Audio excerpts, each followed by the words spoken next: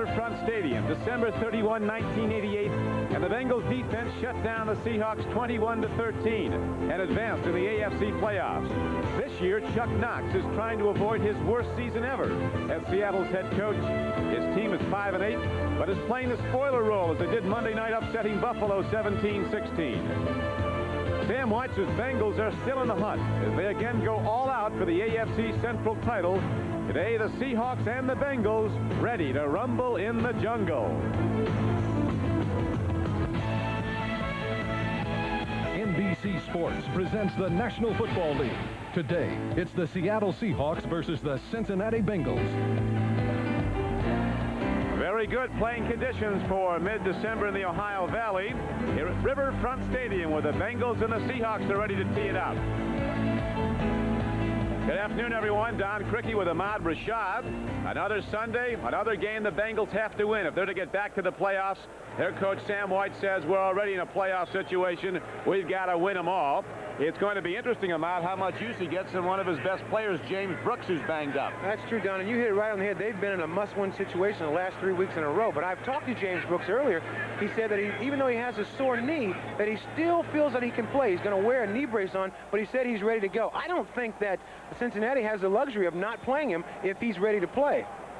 The Seattle Seahawks mathematically are still in the playoff chase. Realistically, their history, they're trying to avoid a losing season, above all be a spoiler. They knocked off Buffalo Monday night. They'd love to do it again today. Well, one of the tough things about being in this business, when you're out of the playoff picture early, it's very hard to get motivated for a game. But football is a game that you can't play half-heartedly. So their motivation is to knock Cincinnati out of the playoffs. That's what they'll be trying to do today.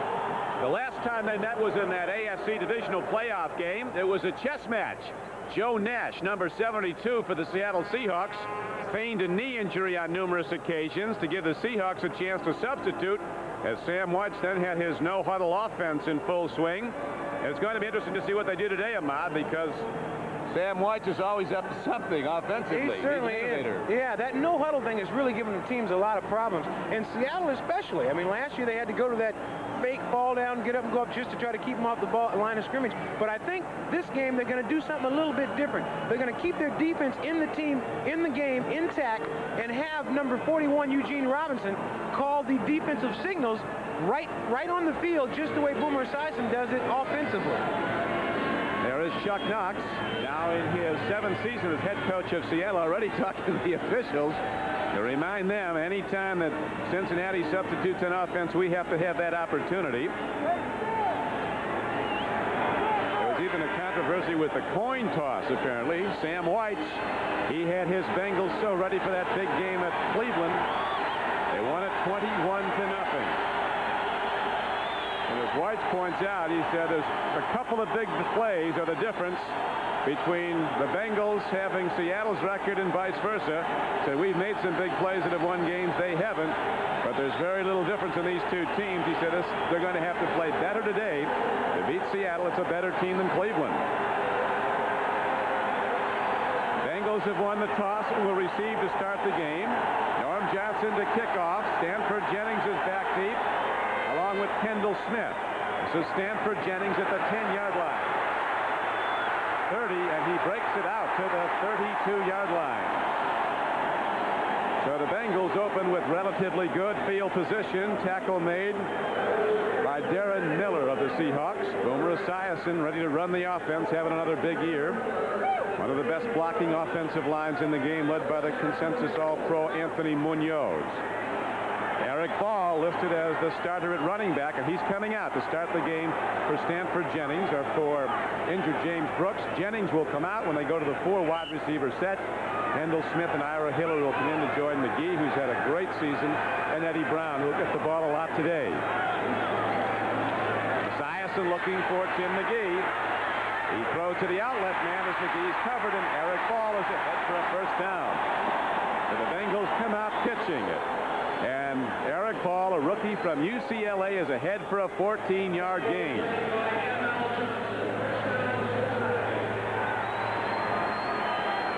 M.L. Johnson was on the stop, an outside backer. As right away, Ahmad, Bengals go into that alignment without a huddle. That has caused a lot of teams a lot of stress during the course of the week because they play most teams, you know, it's regular. When you get to play Cincinnati, all of a sudden you got to get ready for something different. Give you a lot of looks. Now on first down of his opening drive, they go to the pitch back to Eric Ball. He is hit hard. Moving up nicely to make the play was defensive end Jeff Bryant, who's had the best season of any of Seattle's down linemen. Green, Nash, and Bryant across the defensive front. Woods, Como, Wyman, who's having a terrific year, and M.L. Johnson back to line. They'll go to a nickel defense with extra people coming in. Every down's really a passing down. You face the Bengals. Rufus Porter has 10 sacks. James Jefferson and Melvin Jenkins will come in as extra DBs to augment these 4 starters. Harper, Hunter, Glasgow, and the free safety Eugene Robinson. 2nd and 8. Throw in the flat. Beautifully thrown ball. As the strong left arm of Boomer Esiason is right on target again. Downfield 13 yards for yet another Bengal first down. Tim McGee with that 9.2 speed. You got to respect the deep ball. And when you do that, he breaks it off on you. This is just a nice pattern. And this is what you get when you got that 9.2 speed. The defender has got to play off you. At that point, you take the ball underneath. So now it is first down at the 39-yard line. Bengals on the opening drive. We're early in the first quarter. Lone setback is Stanford Jennings as Eric Ball goes in motion. Runs a pattern. Another hard throw downfield, and this time the strike is right on time. McGee thought he was interfered with, but the official right there said that the cornerback Patrick Hunter, number 27, timed his hit perfectly. Very good play by Patrick Hunter. Maybe that right hand might have got up there just a little bit early, but that's ticky-tacky at that point. He's right there, gets his hand in there and knocks the ball away. This Cincinnati crowd didn't like that, but I think that was a fine play by Patrick Hunter. Well, so did the official, so now it's going to be 2nd down and 10 for the Bengals. 39-yard line of the Seahawks. Esiason comes in, having thrown for 20 touchdowns. He's been intercepted just 8 times in 13 games. Stanford Jennings behind the power blocking of Montoya, and Walter on the right side takes the ball inside the 35-yard line for inside backer Darren Como, 53, and strong safety Nesby Glasgow. The leading tackler, Glasgow, 22, on a stop for the Seahawks. And this is the first time that Cincinnati has gone into their huddle. This is what they call their sugar huddle, where they line up just about 4 or 5 yards away from the ball. Extra wide receivers now. Ahmad Penning in. We have Ira Hillary and Kendall Smith in. 4 wide receivers set as Esiason sets his team on 3rd down and 4 at the 33. No score. Opening drive. Esiason out pattern, and Ira Hillary comes down with the ball. An excellent play by a 3rd-year receiver from South Carolina. Ira Hillary came in on the wrong side, but he made the correction and made the play for a first down. It was a fine throw here by Boomer Esiason. He throws the ball where they should get the first down. Ira Hillary has to make the adjustment, catches the ball, falls forward for the first down. It's a nice play by Hillary and by Boomer Esiason to put the ball right where it should have been. Boomer throwing well early. 3 for 4 for 33 yards. Bengals on this opening drive after they started from scrimmage at the 32-yard line.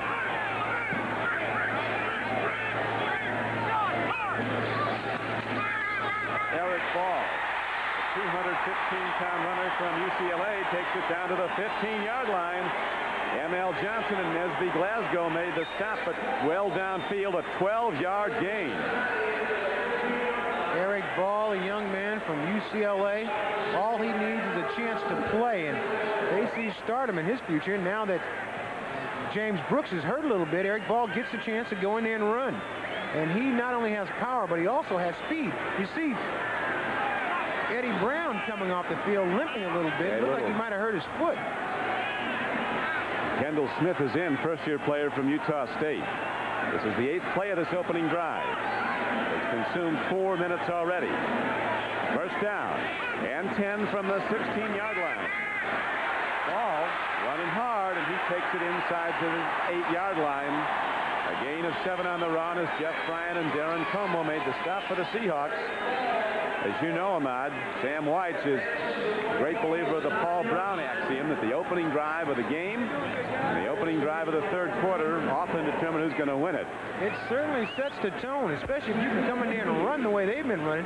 If you watched Eric Ball that last time, you want to talk about some power. He just ran over Jeff Bryan, who weighs 277 pounds. Got some nice numbers there. Oh, yeah, 3 carries, 20 yards. He's already caught 1 ball for 14 yards. So he's showing that if JB can't go, I'm ready. He's really ready, Eric Ball. Stanford Jennings running off tackle, and he gets close to a first down, but he'll be short of it. It was a 2nd down and 4 play. He got ahead for 3. So 3rd and short yardage. Outside backer Tony Woods, number 57, was on a stop for the Seahawks. Football being such a physical game, it's so important that you run the ball because it dictates, I mean, who's going to be the bully. Now you watch Cincinnati in a quick, they got up to the ball real quick and snapped the ball. They got a free play. Tim McGee is in for a touchdown if it goes. There's a penalty marker down, and Chuck Knox is out on the field. The Seattle Seahawks were trying to substitute 4 or 5 plays. Boomer Esiason saw it and immediately snapped the ball, and they got off a play. Chuck Knox has been worried about this all week. I think we're going to be watching this for a while, Ahmad, on replay. This is going to really be looked at. I don't know if they gave him enough time. Watch, you see him still coming in. It's like a fire drill. It is certainly like a fire drill. You see the Seahawks coming in as Cincinnati is already up on the ball, ready to snap it. Tim McGee hoping he has his 7th touchdown catch. Bob McElwee, the referee. Well, Coach Knox is pleased with that. Here is the call. Against the defense for 12 men.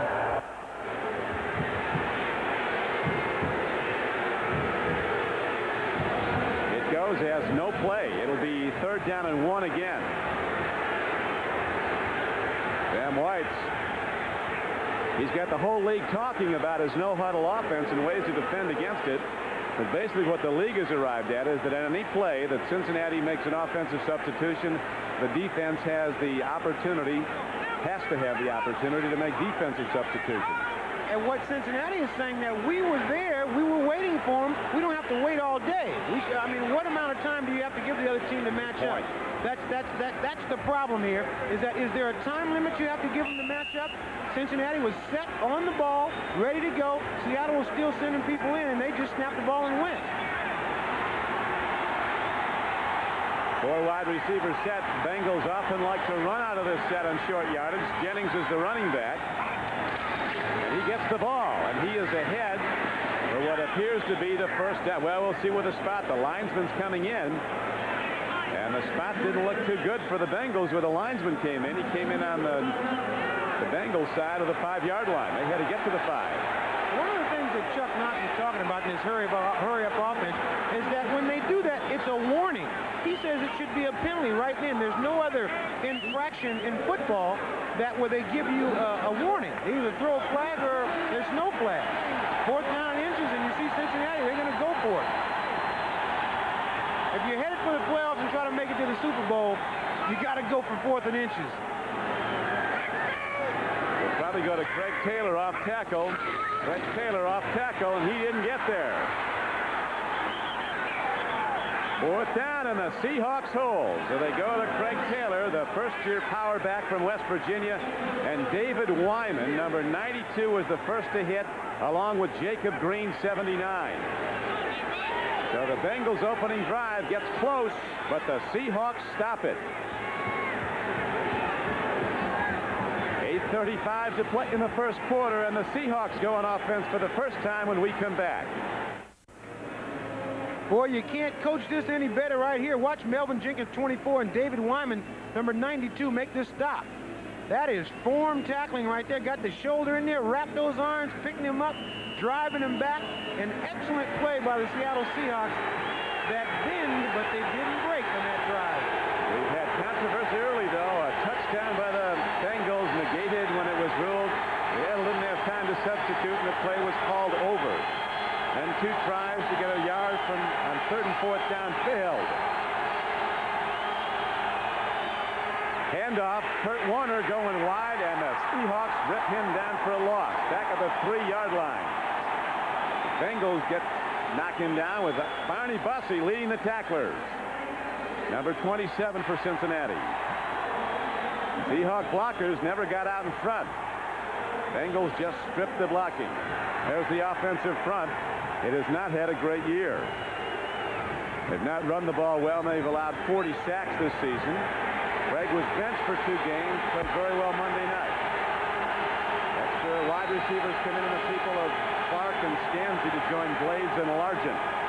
Second down and 13 for the Seahawks at their 3-yard line. And again, Cincinnati shuts down the run. John L. Williams lost the ball. They're going to rule he's down. No gain. It'll be 3rd and long, 3rd and 13. The Seattle Seahawks, trying to get their running attack going, are playing Andy Heck, number 66, at left tight end.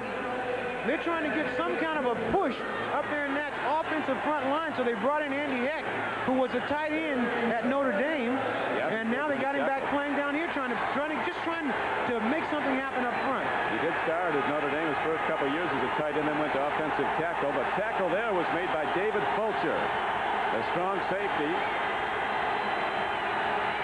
3rd down and about 11 with the ball is spotted. Krieg from his end zone. That's a rip, and he makes a connection. It'll be short of the first down to Steve Largent, his 21st catch of the season. Of course, he's on the cusp of one of the great records in the game. He and Don Hudson tied with 99 touchdown receptions career. One more for Largent, and he has 3 more games to play as a Seahawk. He'll retire at the end of the season, and he sets the record, the new one.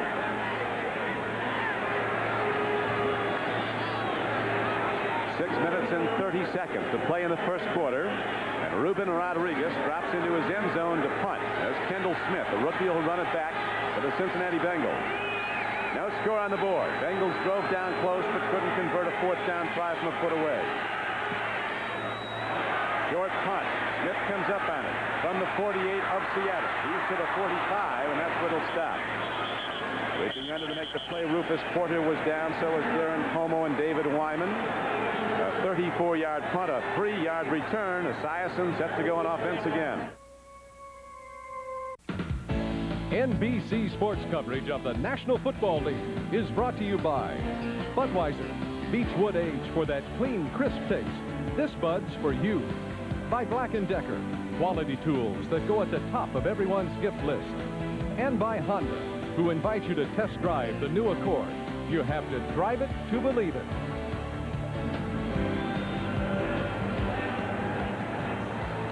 With Ahmad Rashad, this is Don Krieg back at Riverfront Stadium in Cincinnati. Very good playing conditions for mid-December. Temperature is 30, wind's not a factor. There was a light snow for just a few moments, but the field is clear, and the Bengals are ready to go in the scoreless first quarter for a second time. 1st down and 10. Eddie Brown in motion as Boomer Esiason throws over the middle and connects with his tight end, Rodney Holman, who has the most catches of any tight end in the American Conference, 42, and the most touchdown receptions of any tight end in the NFL, 7. That was good for a 15-yard gain. Wyman on the tackle. Rodney Holman is one of those guys that is just an expert at finding those weak, loose spots in a defensive secondary. Just goes out there and sets down. It's an easy target. And Esiason looks at him right away. A lot of tight ends, particularly at Seattle, don't get looked at much. They don't go to their tight end often. Holman, a major part of the pass offense, as Esiason floats one in the flat, and Eddie Brown comes down with the ball at the 20-yard line. A 1st down reception, good for almost 10 yards. He'll be just short of a 1st down. Browns had some problems with drops in recent games. It's just a play where Holman and Brown trade places, and Boomer a little upset he didn't throw that ball just a little bit sooner. Give his receiver a chance to turn it up the field a little bit and pick up that 1st down. He's 5 for 6 for 57 yards, Boomer is. Game clock shows 5:24 to play. It's the first meeting since the Bengals and the Seahawks met here December 31, 1988. An AFC divisional playoff game. The Bengals jumped out to a 21-0 lead at the half. Seahawks rallied in the 4th quarter with 13 points, but the Bengals won the game. Play fake. Out pattern with the ball in the end zone. Touchdown to Tim McGee. What a play fake by Esiason. He faked to Stanford Jennings. The linebacker's throw, so did the corner. And then a perfectly thrown ball to Tim McGee, who's having an extraordinary season. That was his 7th touchdown catch. As Esiason has been almost perfect putting it up, Ahmad. Boomer Esiason, he makes this play happen. It's just he almost freezes everybody on the defense with those fakes. It's almost a forgotten arc. There's McGee, 9'2" man who catches a nice ball. But watch Boomer Esiason here. Everybody thinks that Jennings has the ball. Boomer creates a situation where he has a lot of time to throw the ball because everybody's trying to tackle Jennings. He just raises up and fires it to McGee. And Jim Breach hits the extra point. And with 5:18 to play in the first quarter here at Cincinnati, the first points are up as Tim McGee's in the end zone, and it's 7-0 Cincinnati. Like I tell you, that 9'2" speed makes the cornerback turn his back anytime you get 12 yards down the field. At that point, McGee just makes a left turn, and Boomer puts the ball right on him. 3 throws, 15 to Holman, 9 to Brown, 21 to McGee, and the Bengals are on the board.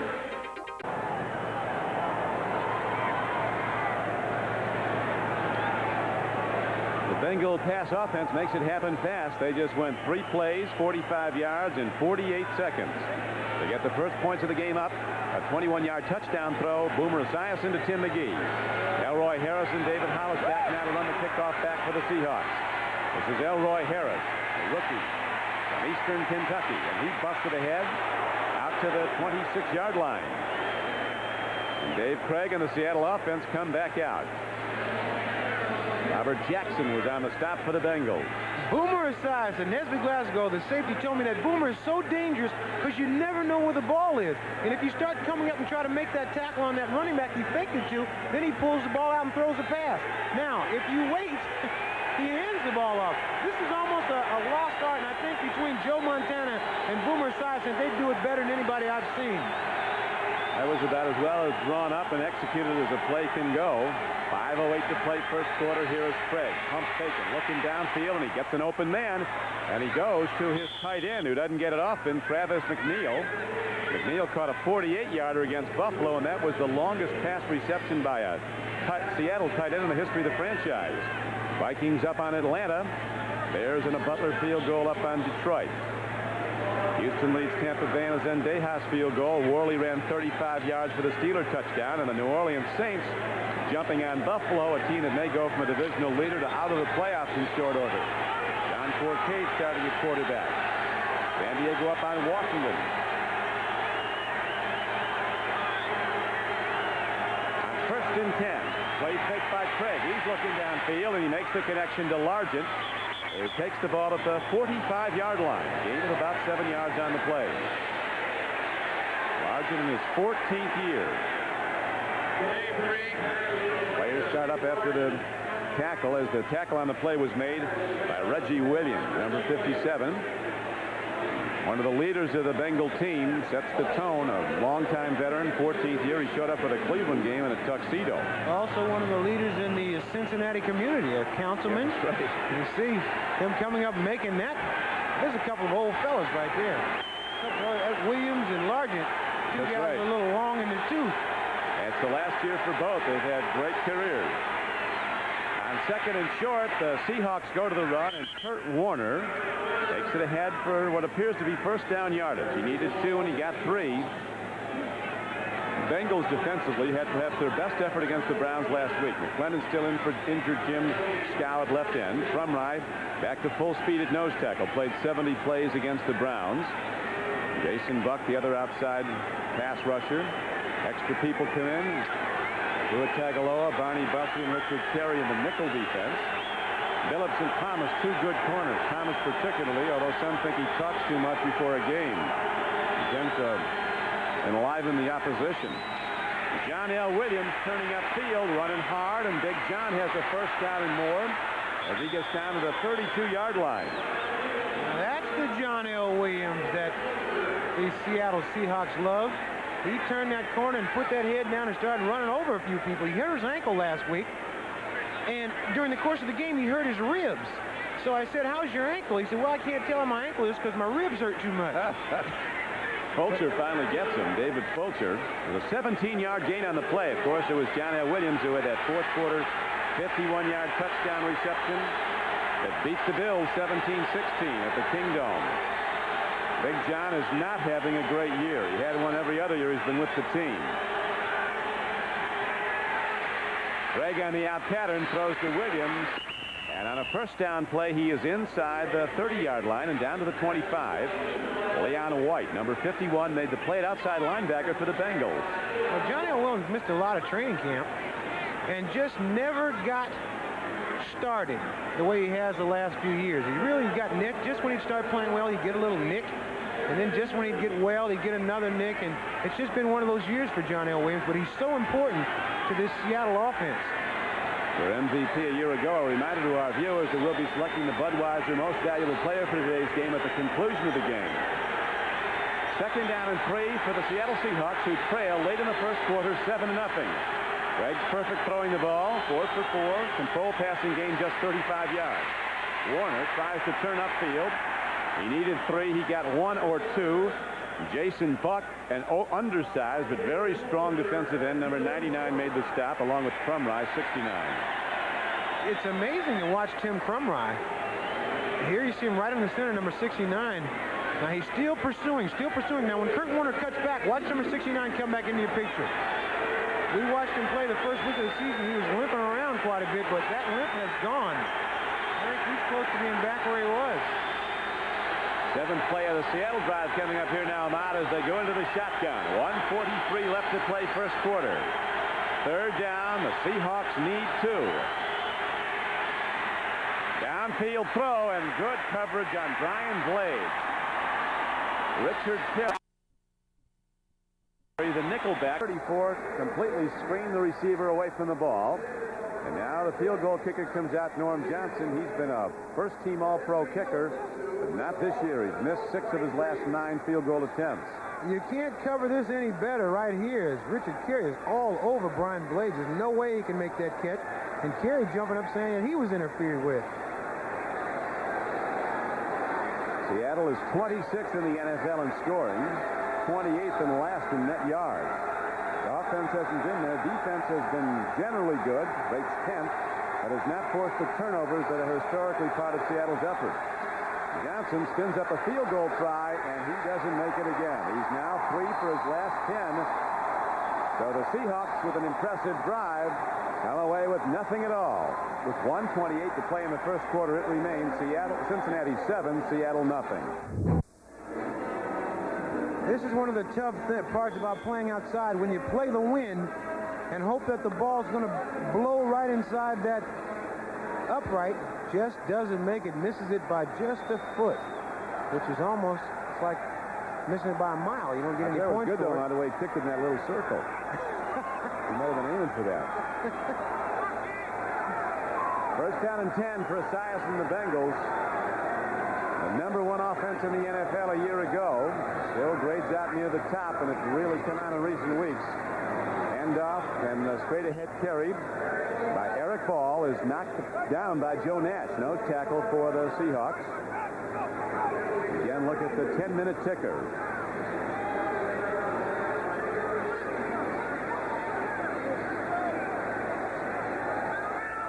New Orleans 13-zip over Buffalo. San Diego over Washington. Oh. Who'd ever have thunk it? Yeah, they hand that ball off to Butts. 55 seconds to go. First quarter. It is second down and 8 as Esiason takes a deep look. They sure give him time. He knows what to do with it. Now he takes off. One of the best runners in the NFL.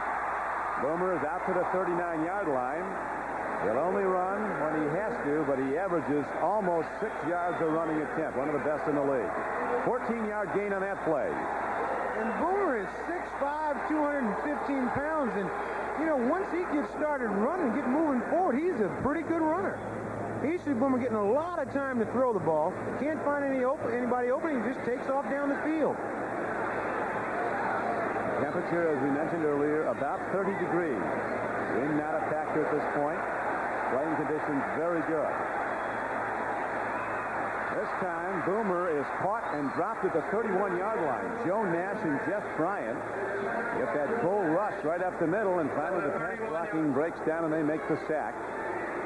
with 5 seconds to play in the first quarter, and the Bengals in the lead, 7-0.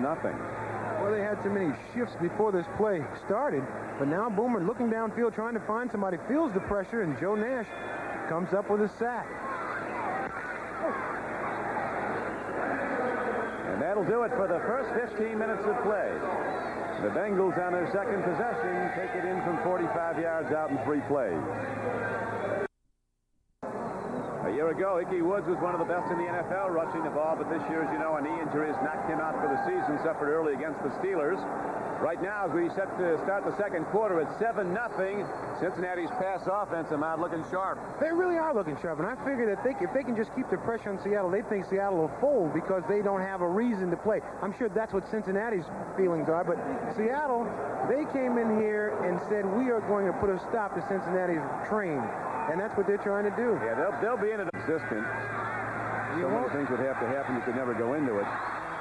You won't see a Chuck Knox team quit. That just won't happen. He will not allow that. So the Seahawks playing for the pride factor, and that's a big deal to any professional athlete. Ira Hillary with a drop after a great reception earlier in the game for 9 yards and a first down. David Howells, number 25, may be responsible for that drop because he was waiting for him to catch it so he could level him. As you look at Chuck Knox there, and he's suffering a strange year of football for Chuck Knox.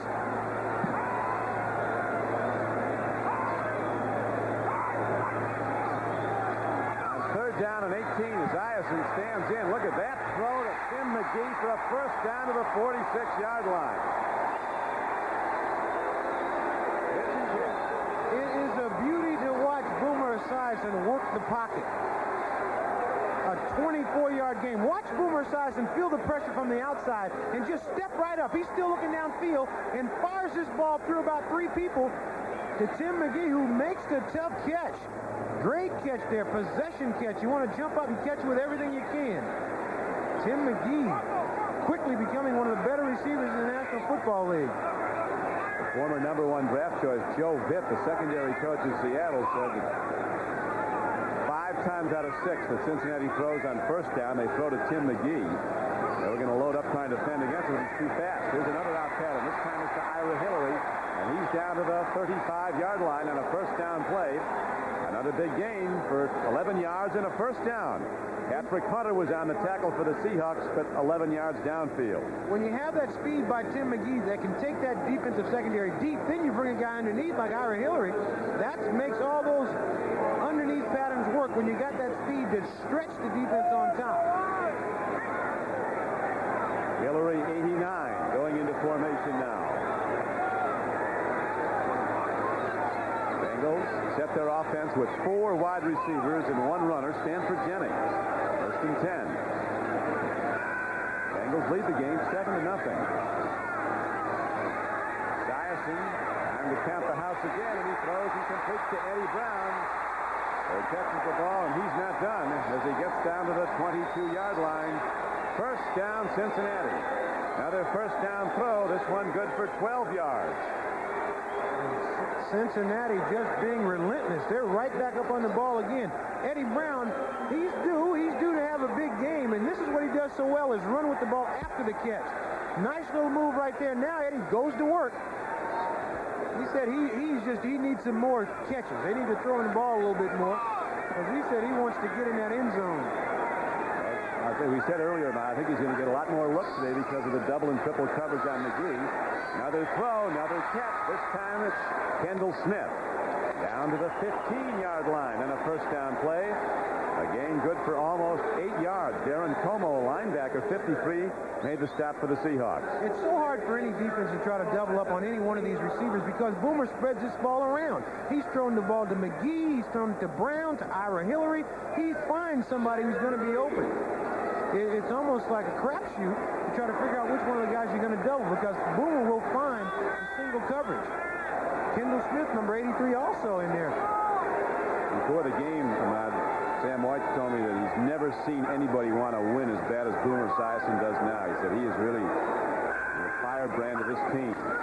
Right now, he has the Bengals on the move as they go to the run, and this is Stanford Jennings weaving his way behind some powerful offensive blocking on a 2nd down and 3 play, he thunders ahead and gets the first down. Joe Nash on the tackle. White's playbook is thumbs up. It's all working right. We look again at the scoreboard. Nothing happening in the big game at Green Bay.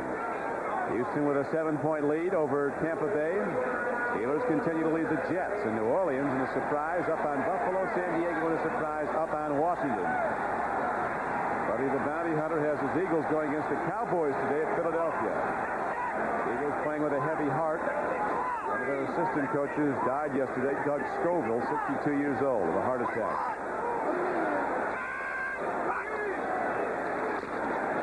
Esiason, quick out. Ooh, he had the open man and Ira Hillary, but it came into the wrong side. It was almost 6. The crossing patterns of this Cincinnati team seemed to confuse at one time or another every defense they played. They really did, and it's almost a little kind of a pick action in there. And the ball, I know Boomer is feeling rather badly on that one because he threw it a little bit low and to the wrong side. He knew he had one right there. You play a lot of football to get an open receiver like that, you want to hit him. Great drive by Boomer Esiason, and of course you saw there the 11th play. 2nd down and 7 coming up. 2nd and goal from the 7. Another throw, and this time incomplete in the end zone. Eddie Brown signaling that he was interfered with by cornerback Dwayne Harper. Some linemen going to a tag team match after the play. Coach White not pleased. This happens a lot about this time in the season. Players get a little bit upset. Seahawks indicating the call is going to go against Cincinnati.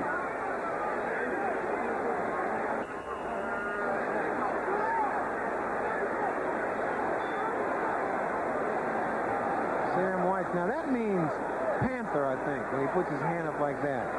What play the Panther is, I don't know. I just know what the signal is. 2 tight ends are in the game now. 2 wide receivers. 1 running back. It is 3rd and goal from the 7. After Holman, he's staying the pass block. Boomer rolling out.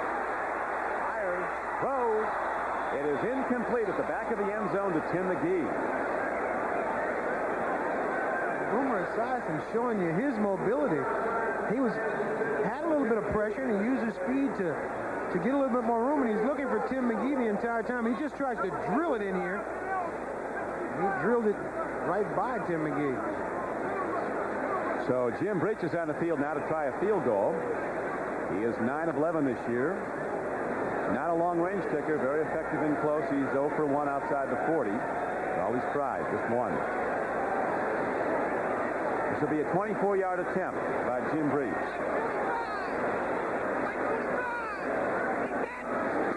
Bengals looking to extend their lead to 10-0, and they do. With 10:37 to play in the first half. Referee Bob McElwee signaling good. He was right down the middle. Breach will be kicking it off for the Bengals when we come back. Headlines today on NFL Live. Bobby Betther reporting that Bo Jackson is probably not going to play football after this season, particularly with the Kansas City Royals set to offer him a lifetime contract. Bernie Kosar, in the opinion of Merlin Olsen, is unable to straighten his throwing arm. He certainly has not been throwing with his old gusto, has Bernie. And Jerry Glanville, the Oilers coach, says that he doesn't have job security, even though his team is in first place. His owner has long been enamored with Jackie Sherrill, formerly of Texas A&M. Here the Bengal looks on. More scores and the highlights coming up with NFL Live at halftime as Elroy Harris runs it back now for Seattle. Takes it right up the middle, a straight-up runner, and a penalty marker goes down as the tackle is made on the play by Solomon Wilcox, number 41. 10:26 to play in the first half, and the Bengals in the lead, 10-0. Marker down.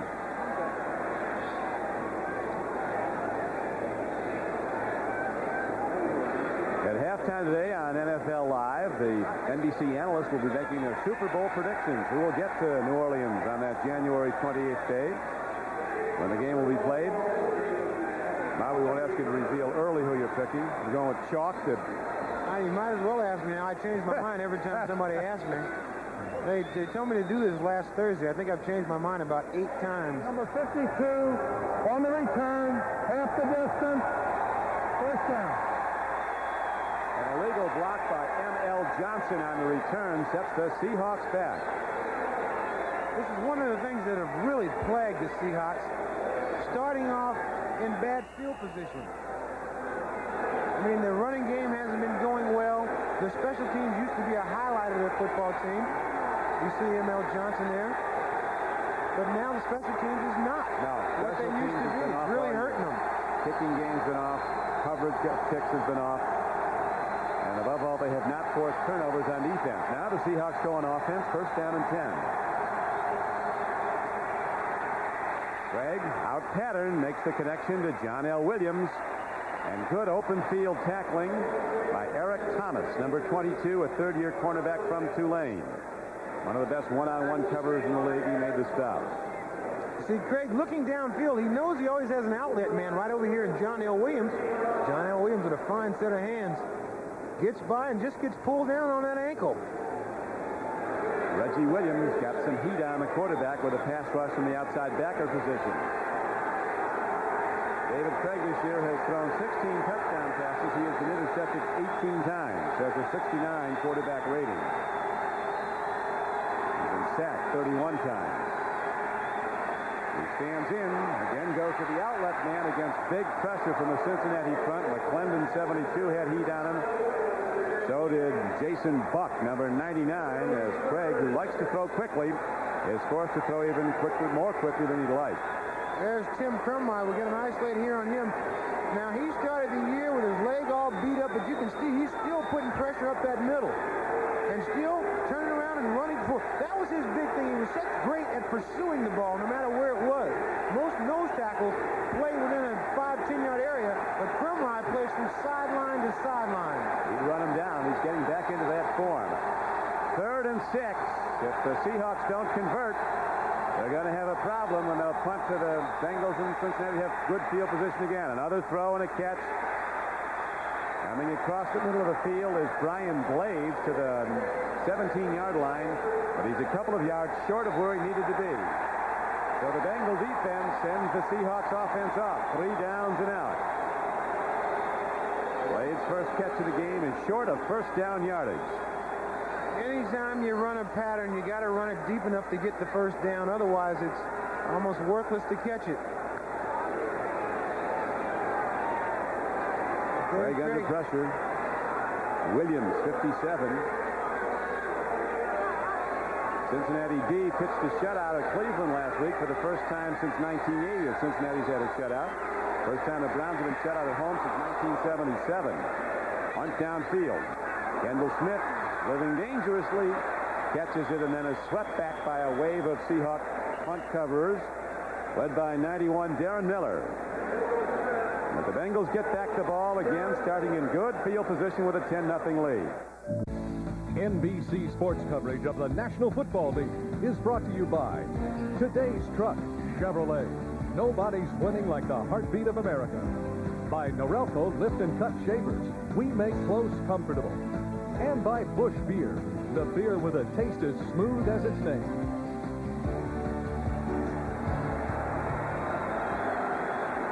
The Bengals are dancing. There's reason to salute the Bengals today as they're playing well again. Up 10-0, and they're ready to go on offense with very good field position in that time after time. And Boomer Esiason has been throwing the ball extremely well.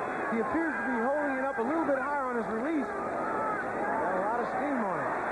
Eric Ball, a big, tough runner, takes it inside the 50, and on a first down carry, he's ahead for 5. Scoreboard's changing on this 14th Sunday of play. As the stretch run has begun to the playoffs, Kansas City has taken a 7-0 lead on the Packers at Green Bay. Atlanta has rallied to tie the Vikings. And Detroit has now gone in front of Chicago. Houston by 10. Buffalo scored in a 41-yard pass from Kelly to Lofton, but the extra point was missed. 8 minutes and 20 seconds to play in the first half here at Riverfront Stadium. The Bengals, led by their big, rangy quarterback, Boomer Esiason, who made some noise this week about wanting to play baseball for the Reds. Well, I'm sure he's been reading the paper about those baseball salaries. He was a tremendous high school pitcher. I'd like to play baseball for anybody as much money as they're paying those guys. I think he was unbeaten his senior year. But there's a reason he's playing football, though, Don. Yeah. After that senior year, they must have tagged him a little bit. Got under that letter high fastball. Finally got his curveball straightened out. Here's Eric Ball. He loses the football, and Seattle has it. Nesby Glasgow is on the ball as the fumble is by Eric Ball. Number 42. So this Bengal drive ends abruptly, and the Seahawks take it over. He just got caught up in a lot of traffic, and that ball popped out of there. Now, this is the type of... Watch Eric Ball. He's in a little bit of traffic. It's just loose, pops out of there, and Nesby Glasgow is right on top of it. Now, this is the thing that Seattle defense used to do so well. They used to create these turnovers. Eric Ball, David Wyman, watch number 72. Like Joe Nance looked like he got his hand in there and popped that ball out.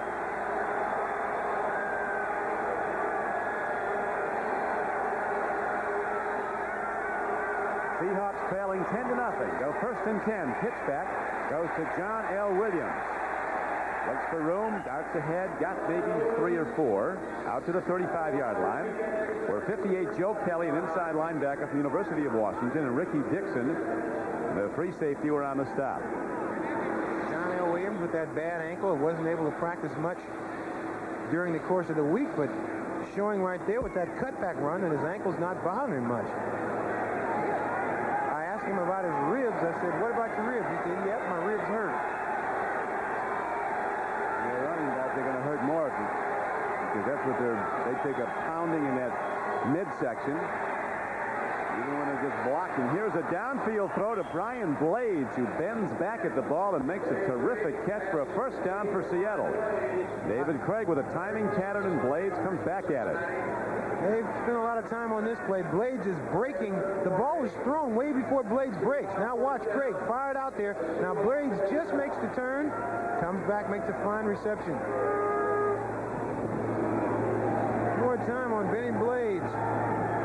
Stretches out, makes that grab.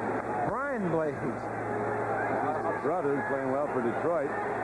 Yesterday at practice, Gary Wright said to Krieg, come on over here, the announcers want to pick your brains. I said, we'd rather pick your pocket. Pro Bowl quarterbacks make some nice money. Here's Kurt Warner running the ball on first down to the 50-yard line. The Seahawks, a divisional champion last year, won't make the playoffs this season, but they plan to have a say in who does. The playoff picture at the start of this day showed Buffalo leader in the AFC East with an 8-5 record, but the Bills are losing New Orleans today. Houston 8-5 is leading by 10 over Tampa Bay today, leader in the Central, the Oilers. Denver's got it 1 in the AFC West. If the season were over after 13 weeks, the Browns and the Raiders would be the 2 wild card teams. But we know it goes 16 weeks, and a lot's going to happen. The Bengals plan to win their way, and they have a very good divisional record. They're 4-1 in the division now, the Bengals. Dave Krieg dropping on second down and 6. The ball is off the shoulder pad of Kurt Warner. Ricky Dixon just exploded through Kurt Warner, and I mean, he had a running start at him. He is a hitting sooner, this Ricky Dixon, the number 1 draft choice 2 years ago out of Oklahoma. And a marker's also down at the line of scrimmage. It looks like a call's going to go against Seattle. Illegal use of the hands to the face. Number 75, offense. Mike Wilson, the right tackle, a former Bengal, had hands to the face. You see, Mike Wilson, number 75, comes up right to the left of your screen. And I guess that's a little bit after the infraction, but there definitely was one, therefore the flag. Yeah, Wilson's raising some little tackles. He's got a couple of sons. One of his 9 weighs about 120 pounds. He certainly does. And he can run around. That kid looks like that. And so does his brother. Before the game, Mike Wilson was out here with just the T-shirt on. Raising some tackles back there in Washington. Second down and 16. Out pattern of Steve Largent. So again, he's right where he had to be. As he gets, it's unbelievable. He's right where he needed to go for the first down. They give the spot. Looks like he's going to have it. Ricky Dixon ran him out of bounds. It's a timing pattern here. Another one of those. David Krieg throws the ball before Largent turns around, and he's trying to get forward to try to get close to that first down. Almost gets an extra yards from Fulcher. Yeah. You got to know where Fulcher is at all times. That's called being a very smart receiver. It was actually a long yardage play, so they still have to make up some yards on third down with 5:16 to play in the second quarter. Krieg double calling signals as the fans start up here in what's called the jungle. Krieg finally throws it away, and the marker comes down. A very expensive penalty. That'll be intentional grounding, and as you know, that results in loss of down. Krieg's trying to say, hey, my tackle wasn't a receiver anywhere near there. Largent protesting. They protested a little bit too much. They'll have to punt. On the quarterback. Lost it down. Fourth down. Steve Largent still trying to get in an extra word there. And you'll see Krieg get under a little bit of pressure here. Now he starts to run forward. Watch him turn around and just fire this ball over there. And there's nobody over there. Once again, Krieg's just getting rid of the ball just before Jason Buck corrals him.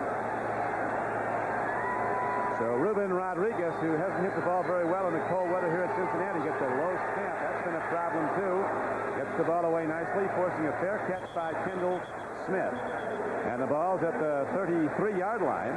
With 5:03 to play in the first half, it remains the Bengals 10 and the Seahawks nothing. Benzu, the Bengal Tiger, nervously pacing his cage. Every time my 3-year-old sees that tiger, she thinks it's Tigger from Winnie the Pooh. You don't want to scratch that little kitty under the chin. NFL Live today will be coming up at halftime, and next Saturday in a special edition, O.J. and Bob Costas will be getting set for a big Sunday of play, a Saturday of play to start it off when the Phoenix Cardinals host the Denver Broncos. Eugene Robinson making the play on Stanford Jennings. A lot of action next Sunday on NBC Sports as we go to weekend 15 of the season. 3 to go, counting today, and a lot of playoff spots wide open. Cincinnati yet to punt. They don't have any penalties. They're doing everything right offensively. Leading the game 10-0. Now they go to the run, and they give the ball to the rookie from West Virginia, Craig Taylor. And he takes it across the 45-yard line out to the 47. Seahawks fighting hard, trying to free that ball. Kansas City holds to its 7-0 lead over the Packers at Green Bay. Detroit was a surprise. I think Mike Ditka was right a few weeks ago. The Bears did fold their tent early. New Orleans extends its lead to 10 points over the Bills at Buffalo in the second quarter. Philadelphia up on Dallas 14-0.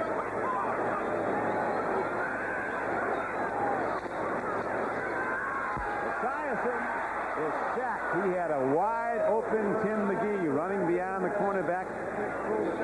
But Patrick Hunter coming on a cornerback blitz, along with Tony Woods, got to Esiason before he could release. Boy, if Boomer would have had some time to get rid of this ball, he, like you said, Don, he had a wide-open man, Tim McGee, streaking down the middle of the field. McGee had about 3 steps on Patrick Hunter and Dwayne Harper. Patrick Hunter, the other corner, though, coming out of blitz, got to the quarterback. Now it's second down and 15. Esiason lobs the ball. Good coverage again by the Seahawks. Kendall Smith was the receiver. James Jefferson, who played in Canada, timing his hit just as the ball comes in.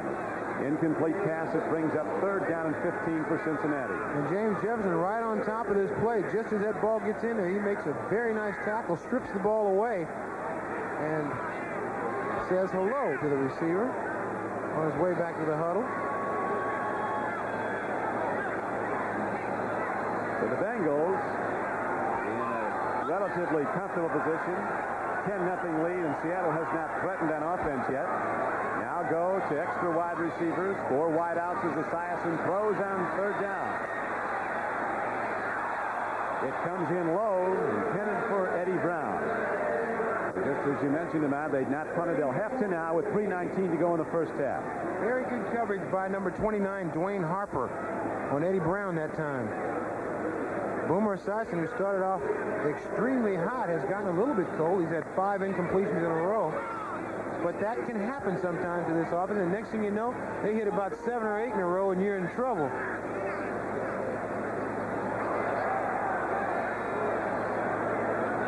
Lee Johnson is the punter. He stands and hits it at his 30-yard line. Hits it very high. Well done.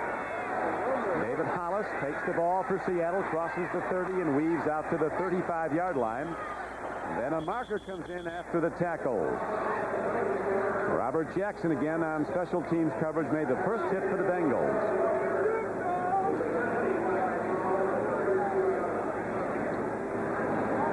Illegal use of hands against Seattle. Next weekend there's plenty of NFL football action on NBC Sports. Join us on Saturday for a special edition beginning with NFL Live at 3:30 Eastern Time. Then the AFC's Western Division champions, the Denver Broncos, go into the Valley of the Sun to take on the Phoenix Cardinals. Sunday, it's a football doubleheader. In Game 1, many of you will see the Houston Oilers face the Bengals right here in the jungle. In the second half of the doubleheader, most of you will see the Buffalo Bills battle the defending Super Bowl champion San Francisco 49ers at Candlestick. Check your local listings for the games in your area. You know, at halftime, they had all the analysts pick their Super Bowl teams. A lot of them picked the San Francisco 49ers.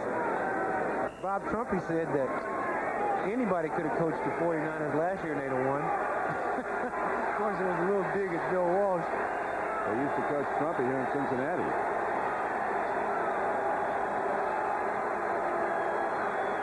Krieg, timing pattern, beautiful coverage by Fulcher, who had a very big interception. You may recall if you saw last week's game against the Browns against Cleveland. Fulcher, at 240 pounds, can really run. Lewis Clark, the intended receiver. And you see just a great break on the ball by David Fulcher. He studies these offensive plays, so he knows where this ball's about to go.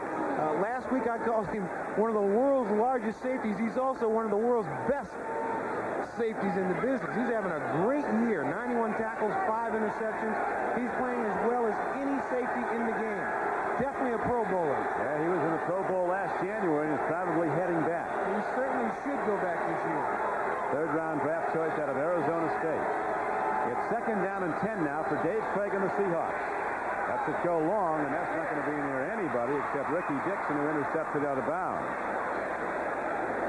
Krieg hasn't had time to throw. All of a sudden, what was not a strong suit of the Bengals, the pass rush has really come alive in the recent weeks. They're really getting pushed on the quarterback. I think what it is this team, people have to realize that this team was 34 seconds away from being world champions last year, and they know what it takes to win at this time during the season, and they've turned their entire game up 2 or 3 notches. And like I said, our playoff season has begun. We've got to win every week. They came into this game with a 7-6 record, a huge game next week. The Oilers come into Cincinnati, the divisional leaders. Markers are down at the snap of the ball as Dave Krieg dumps it off to John L. Williams, who loses the handle, picks it up. This looks like a trick play. This won't make the highlight reel, but it is interesting as John L. Williams ends up losing a lot of yards. But there is also, as mentioned, a penalty marker down at the snap of the ball. It looked like Natu Tua Tagovailoa. I've been waiting 3 games to say Tua Tagovailoa. Looked like he was a little bit early on the snap count. Bengal offside is the signal from referee McElwee. Defensive tackle. 5 yards, third down. There it is again, though. Worth watching again. That was the infraction there on the left-hand side of your screen. Natu Tua Tagovailoa. Just a little bit too quick. That's Cincinnati's first penalty. 2 minutes and 38 seconds to go in the first half. Bengals lead the game 10-0. Third down and 5 arises for Dave Krieg and the Seahawks. Cincinnati leads this series 6-2. Bengals have won the last 3 meetings. Here's a throw and a catch, and turning upfield is Brian Blades ahead for a Seahawk first down. Good execution. Yeah, that's what they want to get with that pass pattern. They bring Blades up underneath the defense right here, Blades number 89, and give him a chance to catch the ball and then take off running. He has excellent running ability after he makes the catch. It was a 16-yard gain. Brian Blades came into the game the number 2 receiver in the AFC with 66 catches. He dodged a bullet there by missing Skip McClendon, because if he'd have hit Skip McClendon, it'd have been all over with him. Skip McClendon, number 72, is about 900 pounds. Blades was a second-round draft choice out of Miami of Florida. Same year as older brother Benny was a number 1 draft choice of Detroit. I called him Benny a little bit earlier, but a logical mistake. He does have a brother named Benny. Another terrific player at another position. And for Benny another can't team. catch it as well. Got him on defense. As we look at the scoreboard, Houston continues to lead by 10 points over Tampa Bay. Oilers started this day with an 8-5 record, first place in the AFC Central by a half game over the Browns, who are in a 4 o'clock start today. Cleveland playing at Indianapolis. First down and 10 for Seattle. Krieg stands in, pump fakes and dumps it off to John L. Williams. Bengal backers way back in zone coverage, and John L's ahead for a first down as he takes it to the 43-yard line of Cincinnati. Richard Carey finally knocked him down, but there's a 13-yard gain on the play. Now the 2-minute warning is given. The Seahawks moving the ball with their best show of offense in this game, but they're down by 10.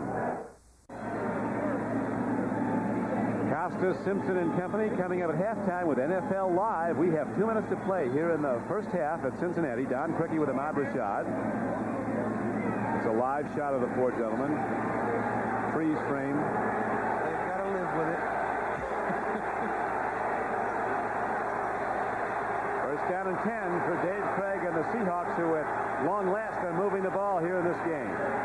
Another throw and catch. Lewis Clark loses the ball, but Bengals have it. If they'll look at it on replay, I would think. The referee saying it was not a reception. Wow, they get a break. Right. Looked like he took a step or two to me. Coach Knox is ready for Alaska. The umpire, Dennis Riggs, number 30, is right on top of this play, and he says it is not a reception. Barney Bussey made such a hit he lost his hat. Fulcher was also on the play. He gets the ball. They never did have really control of the ball before it was knocked out of there. He was fumbling around with it, trying to get it in a spot where... And Chuck Knox is trying to hurry up and speed it up. So there's... The clock has been stopped since the play, though. Now that he wants to get the play off before they look at it. That's what he was arguing about. Once the next play goes next, the replay is out, but now they're going to review it. He wanted his Seahawks to get another play off. Once a play goes off before there's a review, it's history. But the replay man looking at it back, so we want to check this out. Once again, Lewis Clark still fumbling around with that ball. He still never had it. I think you're right, Ahmad. Right through his legs, and he was hit before he had control of the ball. The play stands as called. One more look. Lewis Clark here. Watch, he'll never have possession of the ball. He's still fumbling around with it. A great second and third look. The executive producer of NBC Sports is Terry O'Neill. The producer of today's game, Terry Ewert. The director and coordinating producer of NFL football, Ted Nathanson. As Sam White looks on, his Bengals don't get the ball back. There has been one turnover in the game. Eric Ball fumbled in second quarter for the Bengals. Second clock to 7 seconds. 7. Once the clock, we have 7 seconds added.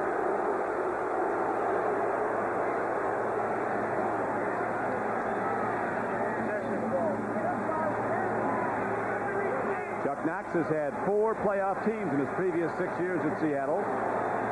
Unlikely he'll have one this year. The worst record any of the Seahawk teams have had, an 8-8.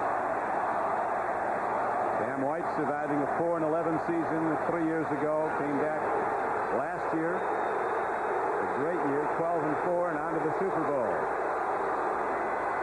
Timing throw, and Brian Blades gets it just off the turf. On a 2nd and 10 play, it's good for a gain of 8. Clock running. Dave Krieg in the hurry-up offense, calling out the play without huddling. He sets in the shotgun with 4 wide receivers in the game. 4-man rush for the Bengals. Out pattern. Blades again. First down, and he steps out of bounds to stop the clock. Well done by the Seahawks as they drive on. Seattle Seahawks able to move this ball in the middle of the field. But David Krieg trying to get some points before this half closes. Now Krieg looking for Blades the entire way. Blades just a nice possession catch. Gets out of bounds.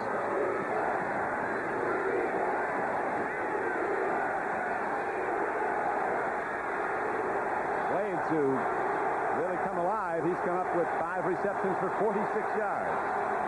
Seahawks will be right back in this if they can take it in. Down 10-0. Krieg on first down on the run. He's got positive yardage as he's down to the 21-yard line.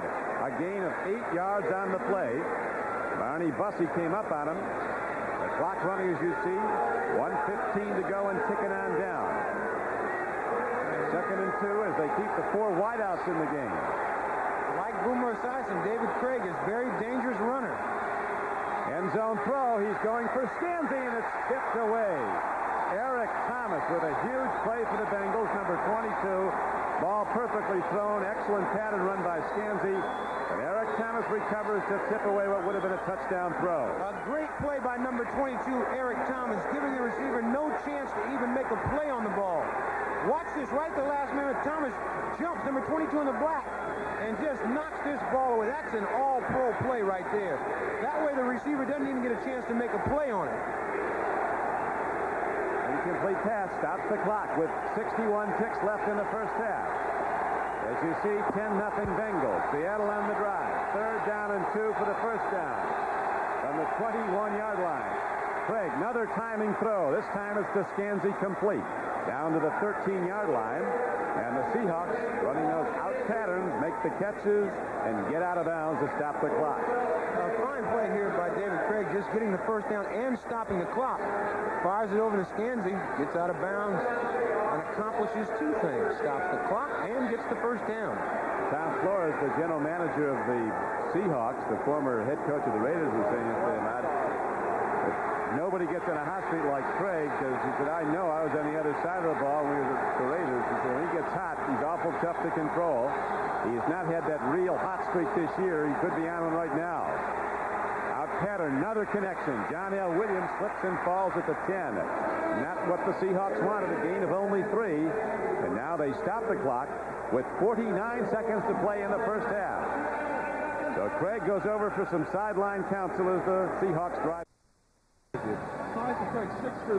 Chuck Knox and the Seattle Seahawks looking for points as the clock shows 49 seconds to play in the first half.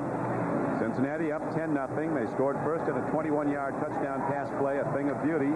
An out pattern, Boomer Esiason to Tim McGee. Then Jim Breach hit a 24-yard field goal for Sam Weitz and the Bengals to make it 10-0. Seahawks had not threatened until this drive. They've been moving the ball downfield almost exclusively on the pass. David Krieg getting a lot of timing throws, out pattern.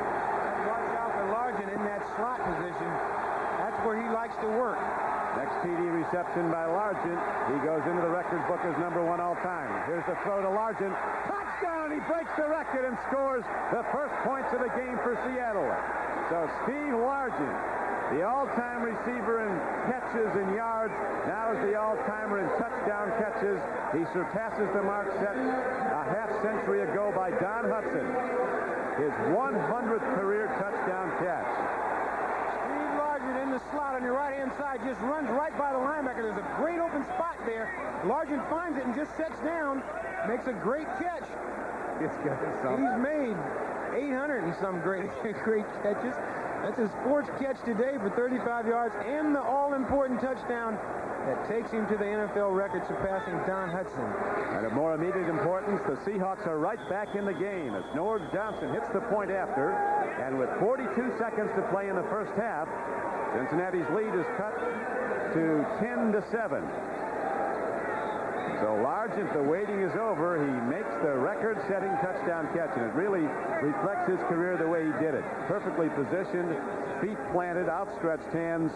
He comes down with the ball and keeps both feet in for the score. Just a great play there. It's something that can't be underrated. Steve Large is a very intelligent receiver, knows the defenses, knows where the empty spot is, finds it, sits down, and Krieg just has to throw it to him. He's standing there all alone. Very nice catch to know where he is on the field and not let his feet drag out of the back end of the end zone. One of the greatest receivers to ever play in the National Football League. So consistent. And 100 touchdowns. That's twice as many as I scored. And 50 is about more than just a handful of people scored. The Steve Largent retirement celebration is coming up following the Washington at Seattle game on Saturday, December 23rd. It'll be a post-game party that everybody in the Seattle area is invited to. It'll be held at the Washington State Convention and Trade Center. Admission is $10, and the proceeds go to help the homeless. It's on Saturday, December 23rd, after the Redskins at Seattle game. Steve Largent, one of the great stories in the National Football League. A lot of times, the other end of the league gets a lot of publicity, but guys like this need more. Yeah, he's good off the field as he is on. Now Stanford Jennings runs like, look at the pop by Hollis, 25. David Hollis making the special teams hit. Look at, he likes it.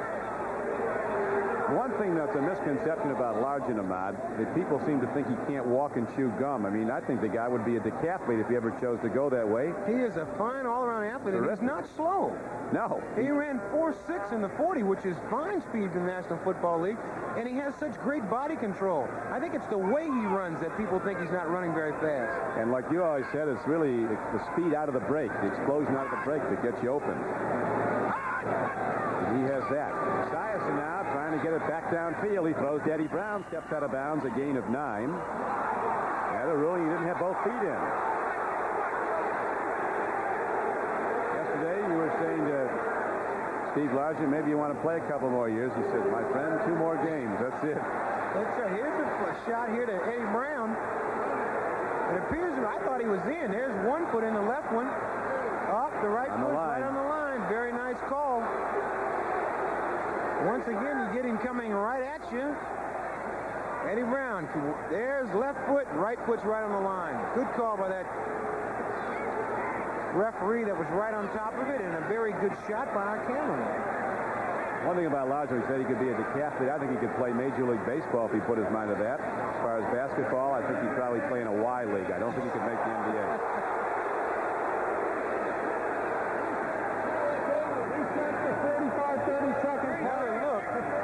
The Boomer flying out to Eddie Brown. Eddie's got left foot in, right foot's right on the line.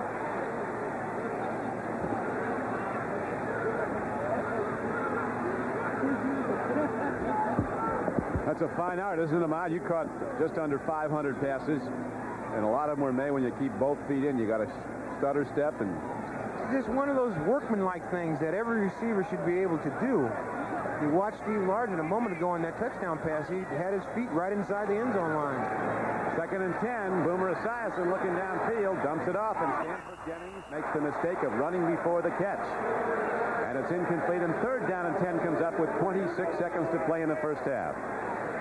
That's a very tough catch. Stanford Jennings looking back at Boomer the entire way, and when you throw the ball after you've been looking back at the quarterback a lot of times you can be surprised when you turn around.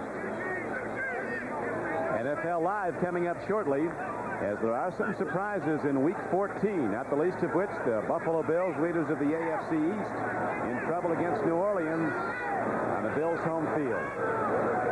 Boomer was 10 of his first 12 in completions. Now he's 0 for 7 in his last 7 tries. As Stanford Jennings runs the ball and gets out to the 32-yard line. And the Bengals quickly call for and are allotted a timeout.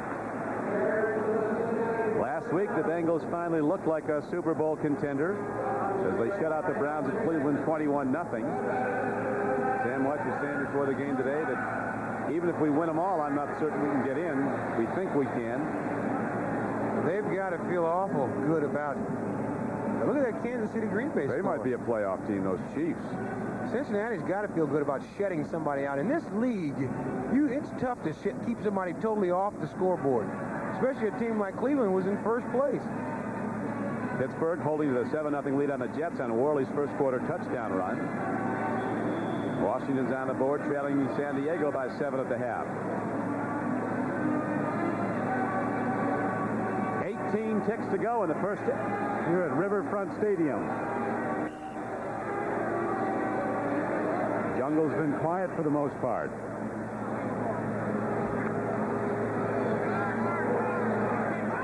These big play receivers like Cincinnati has, and you only got 18 seconds left to go in the half, you're still in trouble if you're the defense. They can get it downfield in a hurry. Markers down all over before the snap of the ball. Blake comes back. Munoz might have moved at left tackle. Number 78, offense before the snap. He does something wrong like that about once every 6 weeks. Left-hand side of your screen, you see Munoz standing up, number 78, just before the snap of the ball. He doesn't make many mistakes. He is one of the best in the business. Has his own television show. Said he'd like to make that Pro Bowl 10 straight years. I don't know if a lineman's ever done that. Well, if any lineman deserved to do that, I guarantee you it's Anthony Munoz. He has the respect of every player in the National Football League, and especially those defensive ends that he has to play against.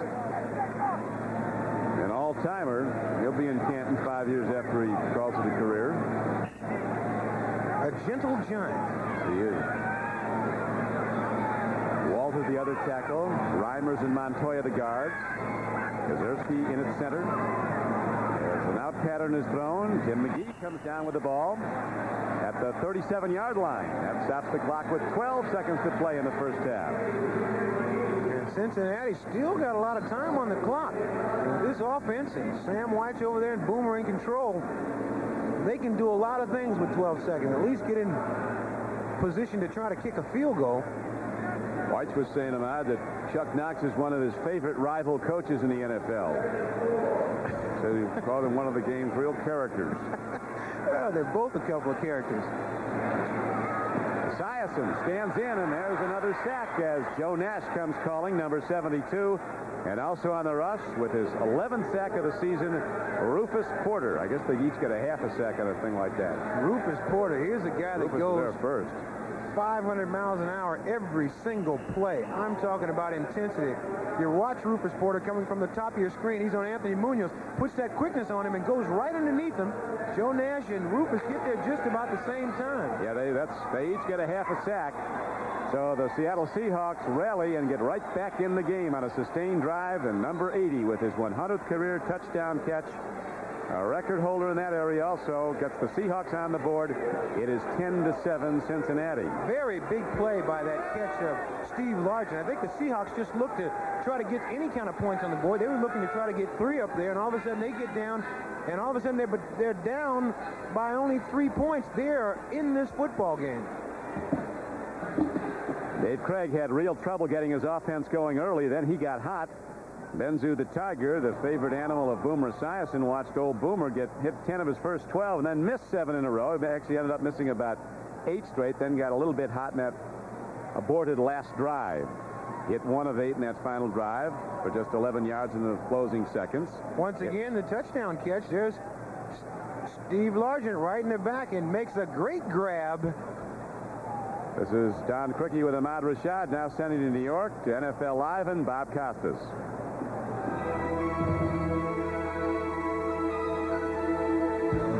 We welcome those of you watching the games from Lambeau Field and from the Jungle, Riverfront in Cincinnati. Bob Costas along with O.J. Simpson. Notes of interest in both those games, Largent's record and the Chiefs keep rolling. And you've been on their case, or on to their case, for the last 5 or 6 weeks. This is a team you've been touting. Well, you know, they got a shaky start at the beginning of the year. This is a team that blew a couple of games early in the year, but they're playing the best defense in the NFL right now. These guys are playing some super football. I think in the last 5 or 6 games, they've only given up in one game about 234 yards of total offense. That's amazing. Each week they go up against a team that's in first place and they beat them. So the Packer fans shouldn't feel that bad. They're going up against a real hot football team, maybe the hottest team in football right now. And the Chiefs still have a wild card shot at 6-6-1 and leading 21-3. Steve DeBerg with a couple of touchdown passes. The last one to Emil Harry with just 7 seconds to play before halftime. Moving along, Minnesota leading at home. Halftime now at the Metrodome. They're 8-5, sharing first place with the Packers.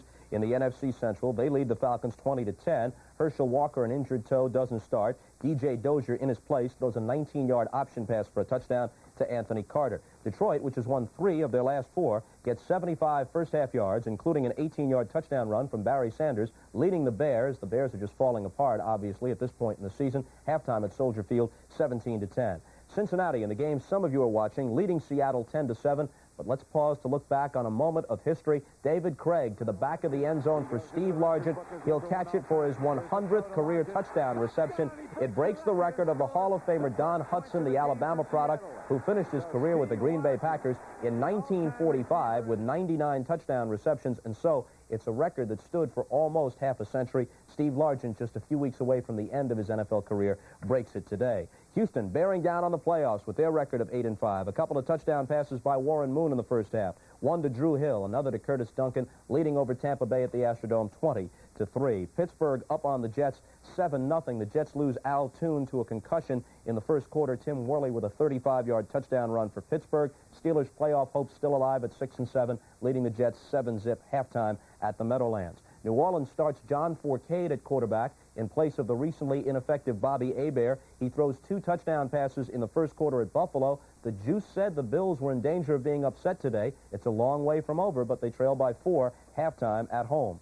San Diego with Billy Joe Tolliver connecting for touchdown passes of 26 yards to Anthony Miller and 5 yards to Wayne Walker in the first quarter at RFK, leading the favored Redskins at the half there, 14-7. And the only game that has not yet reached halftime, late in the second quarter, Philadelphia up on Dallas 14-3. Randall Cunningham 4 yards to Chris Carter for 1 score. Then they fake a field goal, and Matt Cavanaugh, Cunningham's backup, throws 13 yards to Chris Carter off the fake for the TD there. The Eagles lead 14-3.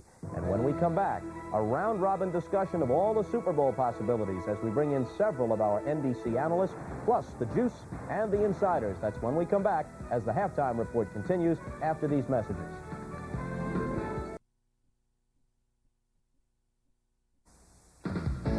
NBC Sports. Okay, welcome back to our NFL Live studios in New York. Halftime, week 14 of the season. The playoffs just around the corner, and that prompts the question of who will compete in the Super Bowl on January 28th in New Orleans. In an effort to shed some light on this key question, we've assembled an august group of our NBC football analysts, along with OJ and the Insiders. And now, as they say in the polling business, folks, this is merely a random sampling of opinion, not a scientifically based survey. But let's get it started with a man who claimed 3 Lombardi trophies in the 80s as head coach of the 49ers, Bill Walsh. Bill, your thoughts? Well, Bob, there are only 2 teams in the league that are fully dimensional this year. Those are the Denver Broncos and San Francisco 49ers. They're complete teams. I don't see how they can miss. If you want to talk about a dark horse, then I think Philadelphia, with their big play Cunningham, could slip in there. A dark horse would be Kansas City. I think Schottenheimer's done a great job. Merlin Olsen standing by in Indianapolis. Merlin, agree, disagree? No, it's hard to disagree with Bill Walsh about the play of the 49ers. But one thing I would remind Bill of is how difficult it is to carry that Super Bowl trophy. It's like an anchor dragging that team down. And that's going to keep me from naming the 49ers in the NFC. I'm going to pick my old mates, the Los Angeles Rams. I think Everett's ready. Robinson's got them on track for the late rush. The other thing that I would look at in the AFC, of course, is the Denver Broncos. And I agree with Coach Walsh there. I wouldn't have made that pick early in the year. But I think the Broncos have done the best rebuilding job in the NFL. They're bigger. They're stronger. They're playing a much more physical brand of football. And I think that'll get them to the Super Bowl. I have to agree on a dark horse. Buddy Ryan's Philadelphia Eagles, nasty enough and mean enough to find their way possibly to that Super Bowl game. Okay, Merlin. Now, I'm tempted to go to Charlie Weaver to block, but I'm forced to take Bob Trumpy in Cincinnati. Trump? I'll look at the AFC first, and just like everybody else, I like Denver. I think the Broncos have grown up around John Elway. My dark horse in the AFC is a real dark horse. That's the Houston Oilers. I like them because I think they're a very difficult team to offensively prepare to beat their defense. In the NFC, I'm like everybody else. I'm picking the San Francisco 49ers, but I think my reason's a little bit different. I think they're a vastly superior team because the coaching is better. I think anybody could have coached that team last year and they'd have won the Super Bowl. This year, George Seifert has got the San Francisco 49ers playing way above their head. They're my pick to win it all. Wait a minute. We have to build in rebuttal time here. It's like crossfire. It's like Evans and Novak or Buchanan and this new guy. What's his name? Kinsley. All right, Walsh. Respond. Well, what do I say about Bob? I coached Bob for 8 years, and I know that the intellect that he possesses, so I don't have any problems with Ralph. Well, here's another great mind, Jimmy Cephalo, standing by in Green Bay, where it appears to be really tropical in nature. Right? We can see how comfortable you are, Jimmy. What are your thoughts? Well, I'm staying out of that out of the discussion. I agree with everyone else. I think the Broncos will make it in the AFC. Under Wade Phillips, they're bigger, stronger defensively. It's a better team this year than the ones that went to the Super Bowl a couple of years ago. In the NFC, I like the Eagles. It doesn't matter how many games you win at the beginning of the season. It's the team that gels at the end, and I think the Eagles are doing just that. As far as the dark horse is concerned, I like the Rams. They've shown they can win on a streak, and they can win on the road against good opponents, as they beat the 49ers earlier in the season at Candlestick. I think that's the dark horse team. Let's pop back out to Cincinnati. Ahmad standing by. What do you think? Well, you know, I have to agree with Bob Trumpy. Not about Bill Walsh, but about the 49ers. They were the world champs, and you know what they've done is they have gotten better, so they're a lock to go in the NFC. In the AFC, I think Denver, they've been around the top a long time, and with that home field advantage, they have sent a lot of teams home crying there at their stadium. Now, in terms of a dark horse, I'd have to go with Cincinnati, because if you got to remember, they were 34 seconds away from winning it all. And if they can get all their injured players healthy, they should be the dark horse. Now, for a sleeper, that has to be the Dallas Cowboys. They've been asleep all year. Yeah.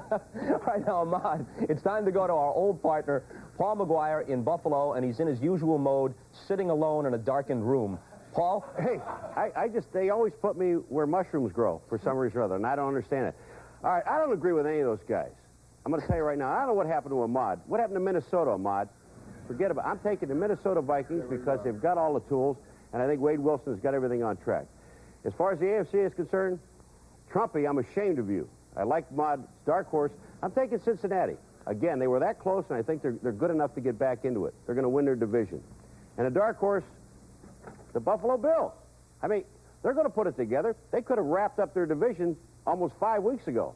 Today, they can wrap it up if Miami loses. All right, let's come inside where it's warm to the insiders, and Mr. Bobby Beathard will lead it off. Bob? Well, I think the class of the league is the 49ers, of course. And Denver, I picked them at the beginning of the year, so I'm sticking with them. If they could get that last Denver team in the Super Bowl, this one's heads and shoulders above that last Super Bowl team. And the dark horse, I think the Houston Oilers. When they play well, they're as good as anybody, but they have to play well the rest of the way out.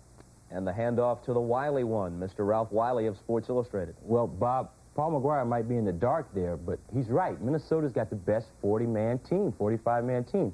However, I can't pick them to win because of the fractured nature of the team. I'm with Jimmy Cephalo. The 49ers play great, but they can hit a valley all of a sudden. It's happened before. They're looking great. Boom, one game plan, they're out of it. I think it's going to be Philadelphia and Denver, with Minnesota, a sneaky fast team.